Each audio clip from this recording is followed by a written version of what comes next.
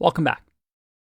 This was probably an exercise that sounded a lot more complicated than it actually was. So hopefully most of you were able to solve it.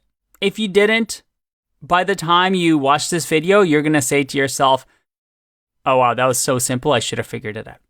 So don't worry, we'll get there. Let's see how we can do that. Well, if we go to Hacker News, you might notice something when you click on More. When you click on More, you actually get a new URL here with, well, you see the query string, which is a question mark here that says P2. So if I do P equals 3 here, we go to page 3, we go to page 4, and so on and so forth. So all we actually need is just this link. And all we need to do is go all the way up to our code. Let's minimize this for now. And simply just duplicate what we've just done. We grab a second response. And this response will be request.get. And this link with page 2.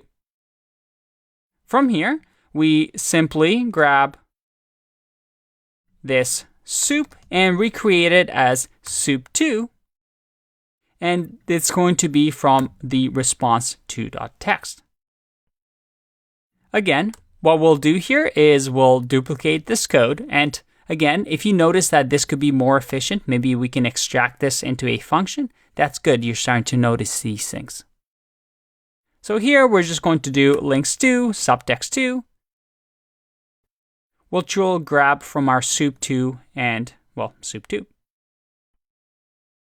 And we can now just combine these two things by simply calling, let's call it mega links, which will combine the links with the second links. So we're combining the two pages. And we'll do the same for mega subtext, which will be subtext plus subtext 2. And because we've written our code in nice functions, all we need to do now is replace our parameters, right? All we need to do at the bottom here is say mega links and mega subtext. If I save this, this should now work. Let's have a look.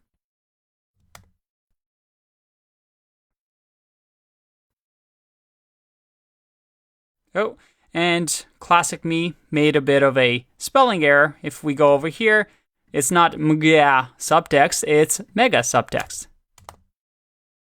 Let's run this again. You'll see here that it takes a little bit longer, again, because we're going to 2 pages. But look at that. We have our Hacker News using 2 pages. You can see that it's clearly longer, and we have a story here with 951 votes. I should definitely read that. How to access quality of garments. Sounds very important. And there you have it. You have now just covered the basics of scraping. As you can see, it's very specific to a website that you want to scrape. Remember, you want to check to make sure that A, you're able to scrape the websites by checking the terms and conditions of that website and robots.txt, and try to use the data in, well, not nefarious ways. Be nice, be ethical. In the next video, we're going to talk a little bit about how to expand on this and what you might want to try if you want to get more and more involved with web scraping. I'll see you in that one. Bye-bye.